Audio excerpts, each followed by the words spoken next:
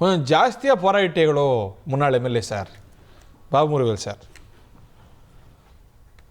இல்லை, அதாவது எப்படின்னா போர்க்களமாக காட்சி அளித்தது சட்டமன்றம் அப்படின்னு சொல்லி ஹரி சொல்கிறாரு.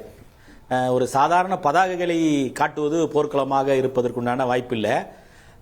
தடை செய்யப்பட்ட சட்டமன்றத்தால் தடை செய்யப்பட்ட குட்கா போன்ற பொருட்களை ஒரு எதிர்க்கட்சி தலைவர் அதனுடைய சட்டமன்ற உறுப்பினர்கள் எல்லாம் சட்டமன்றத்தில் கொண்டு வந்து காட்டி அதை மிகப்பெரிய ஒரு போர்க்களமாக மாற்றி இருக்கிற புத்தகங்களை எல்லாம் தூக்கி வாரி வீசி ஒரு பட்டியலினத்தை சார்ந்த சபாநாயகரை மனிதராக கூட மதிக்காமல் சட்டமன்றத்திலிருந்து அவருடைய நாற்காலியிலிருந்து இருக்கையிலிருந்து இறக்கி கீழே தள்ளி அவருடைய சட்டையை கிழித்து அந்த நாற்காலியில் புனிதமான அந்த நாற்காலியினுடைய புனிதத்தை கெடுத்து அப்படி உட்கார்ந்திருந்த அதுதான் போர்க்களம். இது ஒன்றும் போர்க்களமா எனக்கு தெரியல. இது ஒரு நியாயமான முறையில் சாத்வீகமாக இருக்கிற எதிர்ப்பை காட்டுகிற ஒரு செயல். இதை கூட பொறுத்து கொள்ள முடியாத ஒரு வன்மம் நிறைந்த சபாநாயகர் தான். இந்த வார்த்தையை நான் பயன்படுத்துறேன். நம்ம வார்த்தைகள்ல கவனமா இருப்போம். நான் அதை மறுக்கிறேன், ஏற்கல. அது என்ன, நீங்க ஒரு முன்னாள் எம்எல்ஏ, உங்களுக்கு நல்லா தெரியும். அசம்பிளியை பொறுத்த வரைக்கும் கவனமா கையாளுவோம். நம்ம அதனால ஆட்சேபிக்கிறேன். இல்ல, இப்ப நான் இருக்கிற சட்டமன்ற உறுப்பினர் மரியாதைக்குரிய சகோதரர் வேல்முருகனே அது சொல்லிட்டாரு, அந்த வார்த்தையை பயன்படுத்துறாரு. அதனால நாம் சொல்றதுல ஒண்ணும் தப்பு இல்ல. யார் சொன்னாங்க?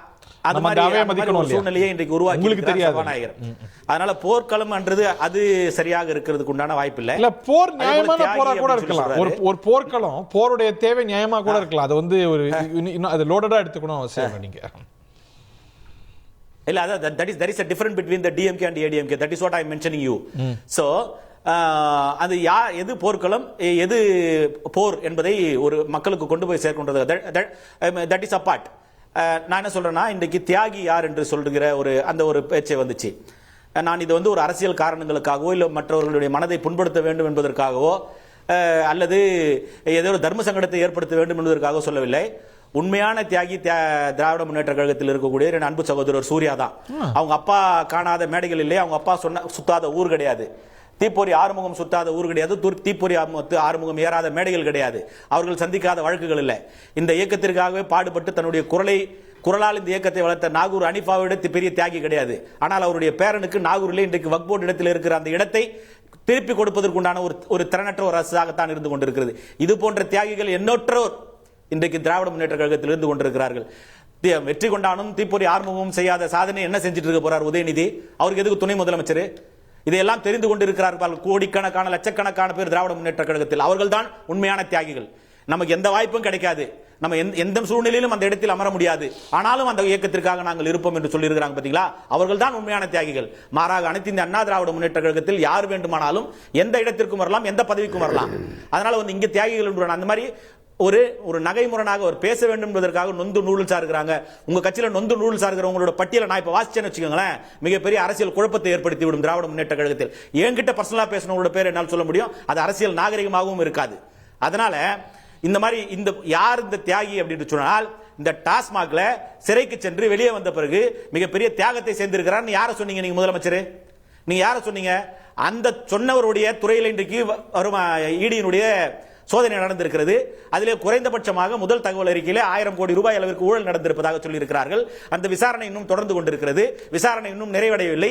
இறுதி அறிக்கை தாக்கல் செய்யப்படுகிற போது எந்த அளவிற்கு அதில் ஊழல் நடந்திருக்கிறது என்பதை முழுவதுமாக அமலாக்கத்துறை அதில் வெளியிடும். அப்படி இருக்கிற போது இவ்வளவு பெரிய ஊழல் நடந்திருக்கிறது. ஒரு சயின்டிபிக் மெத்தட்ல ஒரு திராவிட முன்னேற்ற கழகனாவே அந்த வார்த்தை பொருத்தமான வார்த்தை தான். ஒரு சயின்டிபிக் மெத்தட்ல ஒரு பெரிய ஒரு ஊழல் நடந்திருக்கிறது. அந்த ஊழலுக்கு அந்த பொறுப்பானவர்கள் யார், அவர்கள் மீது உங்களுக்கான நடவடிக்கை என்ன?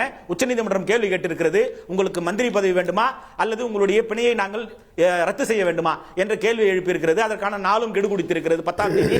அப்படி இருக்கிற இந்த சூழ்நிலையில் ஒரு உண்மையான நியாயமான ஒரு எதிர்க்கட்சி என்கிற முறையில் நியாயமான கேள்விகளை வைக்கிற போது அந்த கேள்விகளை எதிர்கொள்வதற்கு திராணி இல்லாத திராவிட முன்னேற்ற கழக அரசு சபாநாயகரை கொண்டு, சபாநாயகர் ஒரு தூண்டுகோல், ஒரு நியாயமான ஒரு நடுநிலையானராக இல்லாத அந்த சபாநாயகர் அவரை ஒரு கைப்பாவையாக பயன்படுத்தி இன்றைக்கு அனைத்து அண்ணா திராவிட முன்னேற்ற கழகத்தை வெளியேற்றி இருக்கிறார்கள். 14 சட்டமன்ற உறுப்பினர்களை ஒரு நாள் அவையிலிருந்து சஸ்பெண்ட் செய்திருக்கிறார்கள். இது எந்த விதத்தில் நியாயம்? இது எங்கே ஜனநாயகம் இருக்கிறது? திரு சூர்யா பதில் வாங்க. தடை செய்யப்பட்ட பொருட்களை உள்ள கொண்டாடுறீங்க நீங்க. போன வாரம் கூட கருப்பு அதான் பேட்ஜ் என்னை பொறுத்தவரையிலே மிகப்பெரிய பதில் மிகப்பெரிய வாங்குவோம். தியாகி என்னுடைய அன்பு சகோதரர் சூர்யா வெற்றி கொண்டான் தான் மிகப்பெரிய தியாகி திமுக. அதான் இப்ப நான் பதிவு பண்றேன். என்ன அவர்கிட்ட போய் தியாகி பட்டம் வாங்கியிருக்கிறீங்க? அவர் கேட்குற கேள்வி என்னன்னா, நீங்க வந்து எடுக்காத போராட்ட வடிவமா? எதிர்க்கட்சின்னா இந்த போராட்ட வடிவங்கள்ல எடுப்பாதானே. போன வாரம் கூட நீங்க கருப்பு பேட்ஜ் அணிஞ்சீங்க, ஆளும் தரப்புல இருந்து கூட. நீங்க அவங்கள அதீதமா பார்க்குறீங்களே, நியாயமா? திரு பொன்வில்சன் அவர்களை நிகழ்ச்சிக்கு அன்போடு வரவேற்கின்றோம். Welcome sir. என்னுடைய பாசத்திற்குரிய அருமை அண்ணன் பாபு முருகவேலுக்கு நான் நன்றி சொல்கிறேன். ஏன்னா எங்களெல்லாம் தியாகின்ட்டாரு. அதில் மாற்றுக்கிறதுக்கே வேலை இல்லை. என்ன காரணம்னா, நாங்கள் பதவிக்காக இந்த கட்சிக்கு வரல. நாங்கள் திமுகவில் இருக்க யாரும் பதவிக்காக கட்சிக்கு வரல. திமுக வந்து கொள்கைக்கான கட்சி. கொள்கைக்காக தான் பொட்டி வச்சு தேர்தலில் நிற்கலாமா வேணாமா அந்த முடிவை எடுத்துட்டு அப்புறம்தான் அதுக்கு கட்சி உள்ளே வந்தது. அதனால் நாங்கள் கொள்கைக்காக தான் இருக்குமே ஒழிய யாரும் தலைவர் உள்ளிட்ட கடைமட்ட தொண்டன் சூர்யா வெற்றி கொண்டான் வரை பதவிக்காக இல்லை. நாங்கள் தியாகின்னு சொன்னதுனால அது உண்மைங்கிறதுனால ஒத்துக்கிறேன். அது எதிர்வினை தானே. நீங்க அவங்கள திரும்பி வரேன். என்னை விட பெரிய தியாகி எங்க அண்ணன் பாபு முருகவேலு. இன்னைக்கு இந்த மேடையில் அப்படியா வாரம் பண்ணுவோம், நான் ரெடியா இருக்கேன். இப்போ சொல்றேன், வேற ஒண்ணுமே இல்லையே. அவர் வந்து எடப்பாடி எங்க கட்சி கொள்கை கட்சி தலைவர் என்ன சொல்றாரோ அந்த பக்கம் தலை புனிஞ்சு காலரை தூக்கி விட்டு பாபு முருகவேலு இதே மேடையில் பேசினார். பிஜேபியை எதிர்த்து திட்டினார். பிஜேபியை எதிர்த்து சவால் விடுறேன், உனக்கு என்னையா மாநில உரிமையை பறிக்கிறதுன்னு கேட்டவரை பாபு முருகவேலு. ஆமா, அதை மாற்று கருத்தில் இல்லை. இன்னைக்கு வேற வழியே இல்லை. வேற ஒன்றும் பண்ண முடியாத நிலைக்கு எடப்பாடி போய் அமித்ஷாவை பார்த்துட்டார். அதனால அமித்ஷாவை பார்த்த பிறகு அமித்ஷா போய் ஒடிசா தேர்தலில் உங்களுக்கு தெரியும், ஒடிசா தேர்தலில் பிரச்சாரத்தின் போது ஒரு தமிழன், ஒரு ஐஏஎஸ் பாண்டியன், அவர் பின்னால் ஒரு தமிழன் பின்னால் நீங்கள் போகலாமா ஒடிசா மக்கள், உங்களுக்கு சூடு இருக்கா சொரணம் இருக்கா மானம் இருக்கா ரோசம் இருக்கா, இது நடக்கலாமா, தமிழன் இங்கே ஆளலாமா அப்படின்னு கேட்டு பிரச்சாரம் பண்ணவர் அமித்ஷா. அப்போ அவர் தமிழ் இன துரோகி. அந்த துரோகியை போய் வார்த்தைகள்ல கவனம். பிஜேபி நான் ஓப்பன்ல அவர் பொதுக்கூட்டத்தில் பேசினதா சொல்றேன். நீங்களும் தமிழன் நானும் துரோகிங்கிற வார்த்தையெல்லாம் கேளுங்க. எங்க அண்ணன் பாபு முருகவேலும் தமிழன். அந்த உணர்வோடு அவர் போய் அந்த அமித்ஷாவை இவர் பார்த்ததுனால இன்னைக்கு அமித்ஷா பத்தி என்ன கேட்டாரு சார்? நான் ஒரே ஒரு வார்த்தை, நான் வந்துடுறேன். தியாகி யார் துரோகி யாருன்னு வரேன்.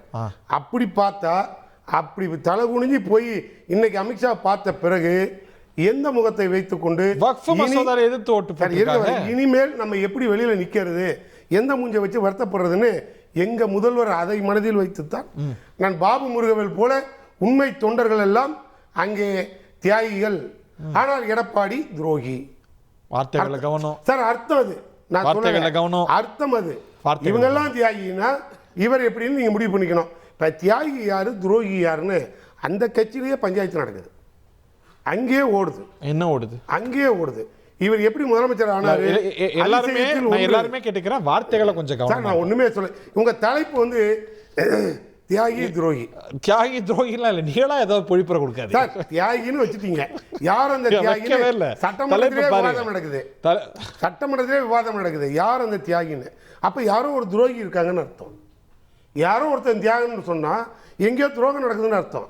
அப்ப நான் என்ன மென்ஷன் பண்றேன், நீ தியாகின்னு பார்த்தா ரெண்டு தலைவர்களும் இப்படி சொல்றீங்கன்னா துரோகி யார் அப்படி வருது. இப்ப ஈடி சப்ஜெக்டுக்கு வந்துடும். 1000 கோடி ஊழல்னு அவர் ஈடி வந்து மோடியோட அட்ஜஸ்ட்மெண்ட் பார்ட்டி. நான் சொன்னா நீங்க ஒத்துக்க மாட்டீங்க, எடுபடின்னு சொன்னா ஒத்துக்க மாட்டீங்க, ஒத்துக்காதீங்க. வார்த்தைகளை எல்லா தலைவர்களும் கவனமா இருக்கணும். மோடியோட எடுபடி ஈடின்னு சொன்னா நீங்க ஒத்துக்க மாட்டீங்க. அதனால நான் சொல்லல.